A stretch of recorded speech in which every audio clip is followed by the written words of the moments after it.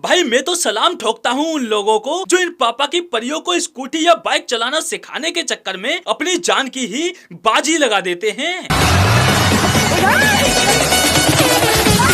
अब ऐसा भी नहीं है कि हर बंदा इनके झांसे में आ जाता है। कुछ बंदे स्मार्ट भी होते हैं, वो सही समय पर अपने आप को स्कूटी से अलग कर लेते हैं और भाई जैसे तैसे करके अगर ये पापा की परियां थोड़ा बहुत स्कूटी चलाना सीख भी लें, फिर ये नॉर्मल ड्राइवर नहीं बनती, ये डायरेक्ट हैवी ड्राइवर बन जाती हैं और फिर स्कूटी पर खड़ी होकर भाई कोई स्कूटी को मेन स्टैंड पर खड़ी करके अगला पहिया उठाने की कोशिश करती है, तो कोई स्कूटी के पिछले टायर से सर्कल बनाने की कोशिश करती है, कोई खाली रोड पर बिना मतलब दूसरे की बाइक को उड़ा देती है, तो कोई स्कूटी को ही गोलमाल मूवी की बाइक बना देती है।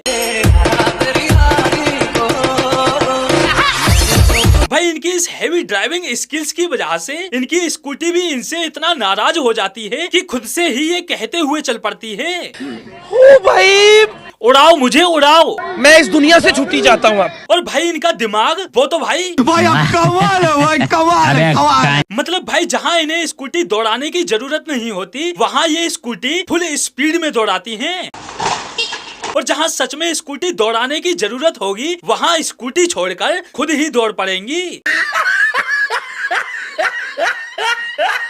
जहाँ पीछे देखने की जरूरत नहीं होगी वहाँ पीछे देखेंगी और जहाँ सच में पीछे देखने की जरूरत होगी वहाँ पीछे मुड़ के नहीं देखेंगी।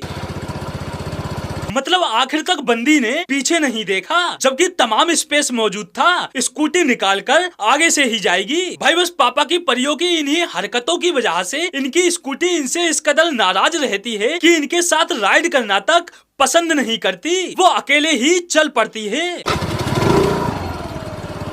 और भाई कुछ पापा की परियां ऐसी भी होती हैं जो स्कूटी चलाना नहीं सीख पाती तो बाइक की आवाज पर ही वीडियो बनाकर काम चला लेती हैं।